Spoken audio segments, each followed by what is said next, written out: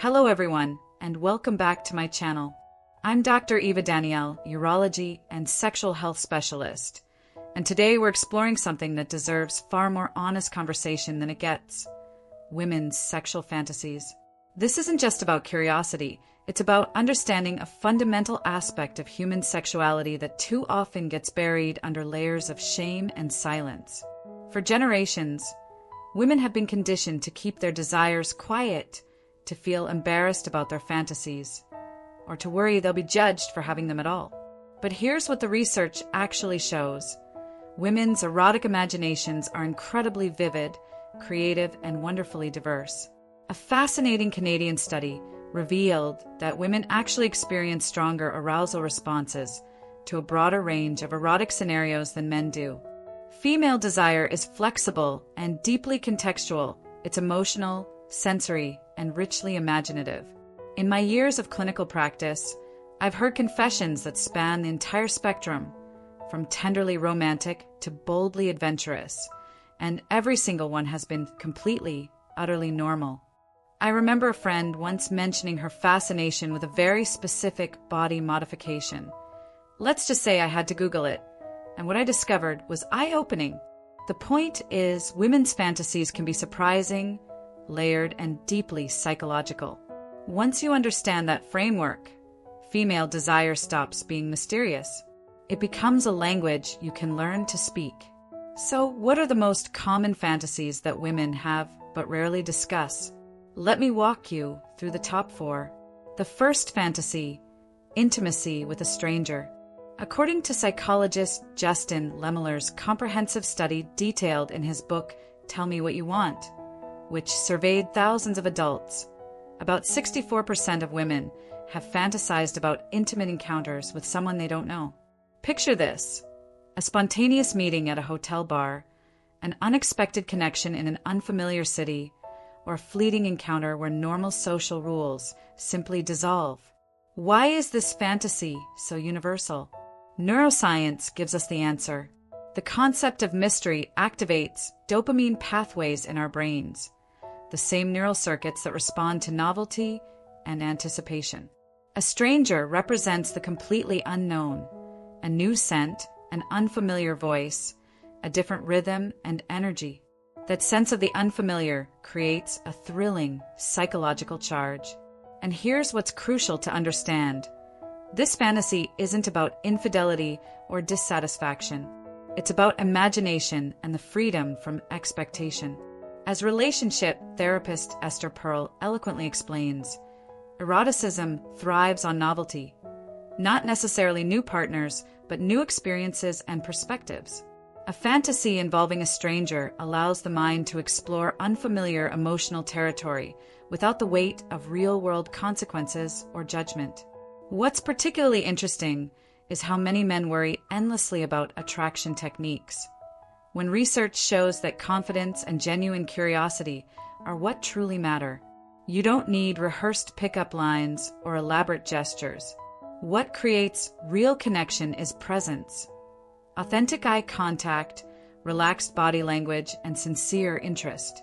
Flirting, at its core, is simply communication infused with positive energy. In my practice, I often remind men that women respond to attention, not pressure.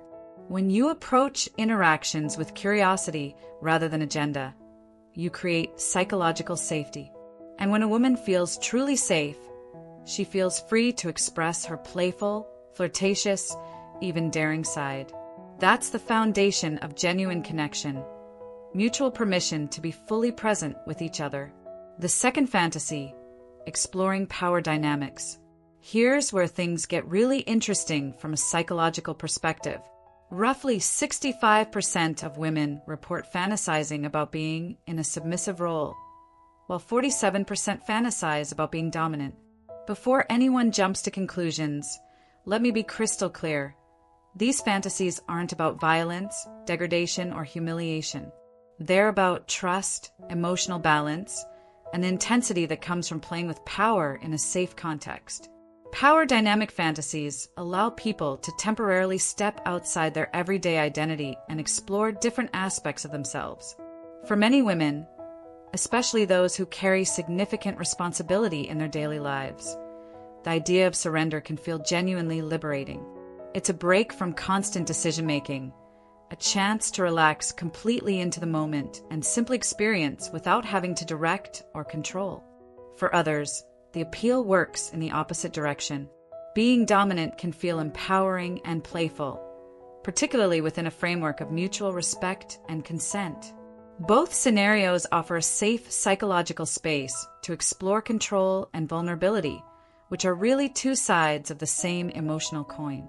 What makes power play so compelling is that it's fundamentally psychological rather than purely physical. It's less about specific actions and more about what those actions mean emotionally.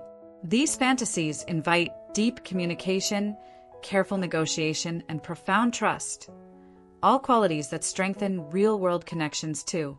The third fantasy, group encounters. According to Lehmiller's data, approximately 56% of women have imagined threesomes or other group scenarios. The variations are endless.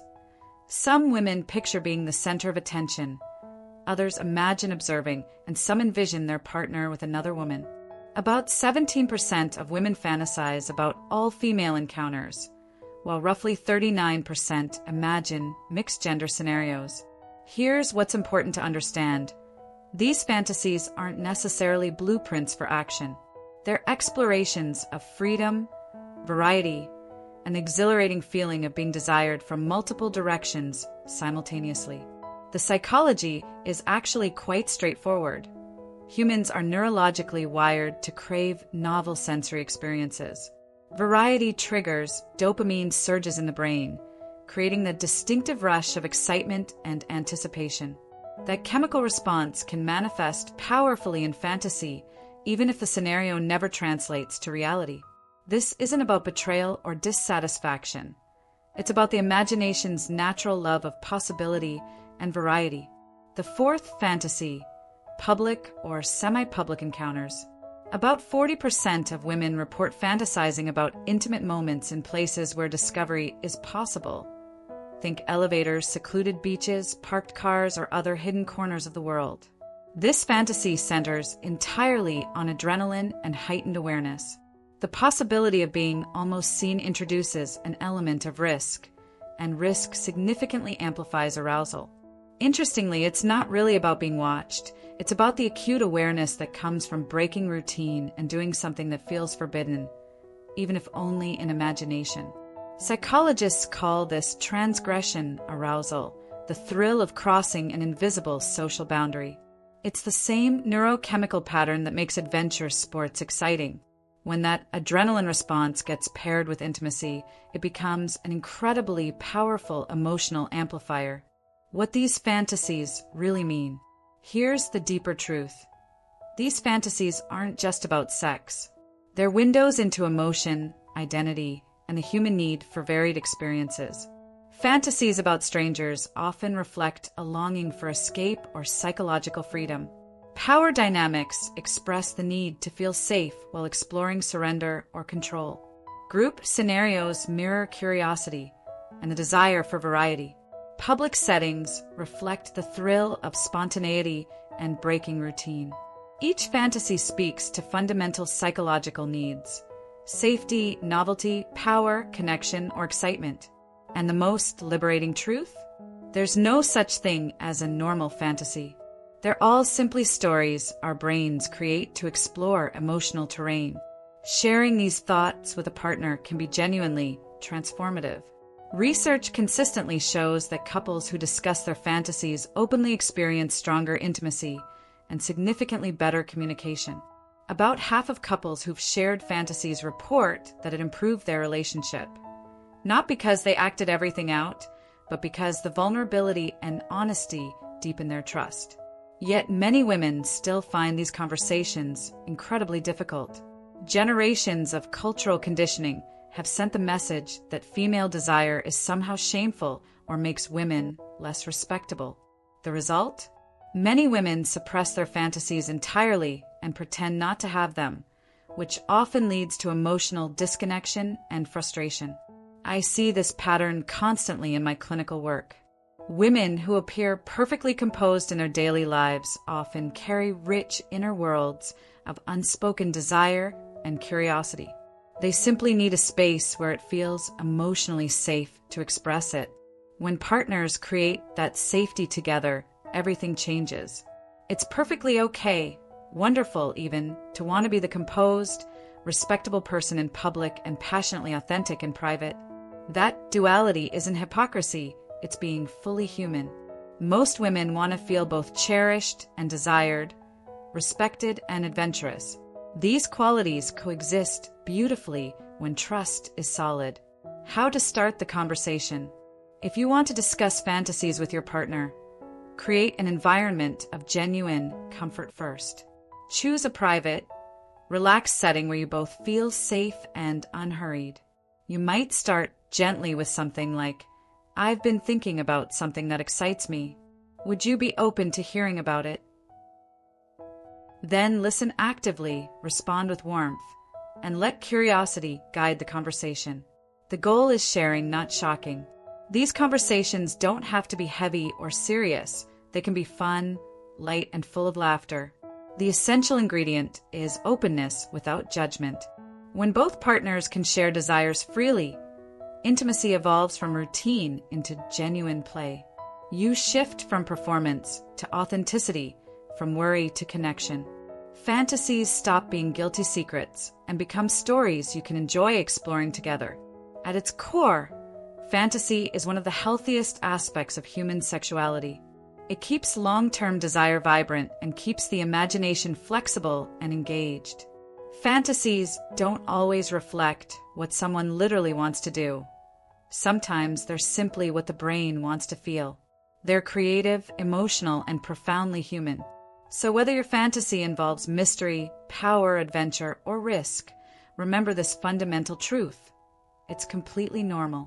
Curiosity is a sign of vitality and emotional health, never shame. The more openly we discuss these topics, the more we normalize sexual honesty, empathy, and mutual understanding. For women, being open about desire isn't rebellion, it's self-awareness and self-respect. For men, listening without judgment creates the foundation for true intimacy and connection. When both partners approach each other with curiosity and respect, that's when genuine intimacy flourishes. Final thoughts on sexual imagination and well-being. Understanding sexual fantasies helps us recognize that desire is complex, multifaceted, and deeply personal. These mental explorations serve important psychological functions. They allow us to process emotions, explore different aspects of our identity, and maintain erotic vitality in long-term relationships. Fantasy keeps our emotional and sexual lives dynamic rather than static. What's particularly fascinating from a clinical perspective is how fantasies can reveal unmet emotional needs or desires for connection that have nothing to do with physical acts. A woman fantasizing about being dominated might actually be expressing a need for her partner to take more initiative emotionally. A fantasy about a stranger might reflect a longing for novelty and spontaneity in an otherwise predictable routine. The key is approaching these inner experiences with compassion and curiosity rather than fear or judgment. Your fantasies don't define your character. They're simply one aspect of your rich psychological landscape. They don't predict future behavior, and they don't reveal hidden truths about what you really want. They're explorations, not destinations. In healthy relationships, creating space for honest conversations about desire strengthens the bond between partners. It demonstrates trust, vulnerability, and the willingness to truly know each other beyond surface-level interaction. This kind of emotional intimacy often translates into better communication across all aspects of the relationship, not just the sexual dimension. So talk openly, explore together, and approach these conversations with lightness and humor when appropriate. Fantasies aren't confessions that require absolution. They're windows into imagination and emotional life. The more you understand them, both in yourself and your partner, the more deeply you can connect as complete human beings. Thank you so much for watching today. I'm Dr. Eva Danial, and I hope this conversation has helped you see female sexuality as something powerful, intelligent, and beautifully normal. If you found this helpful, please share it with someone who could benefit from a healthier, more compassionate perspective on desire. I'll see you in the next video.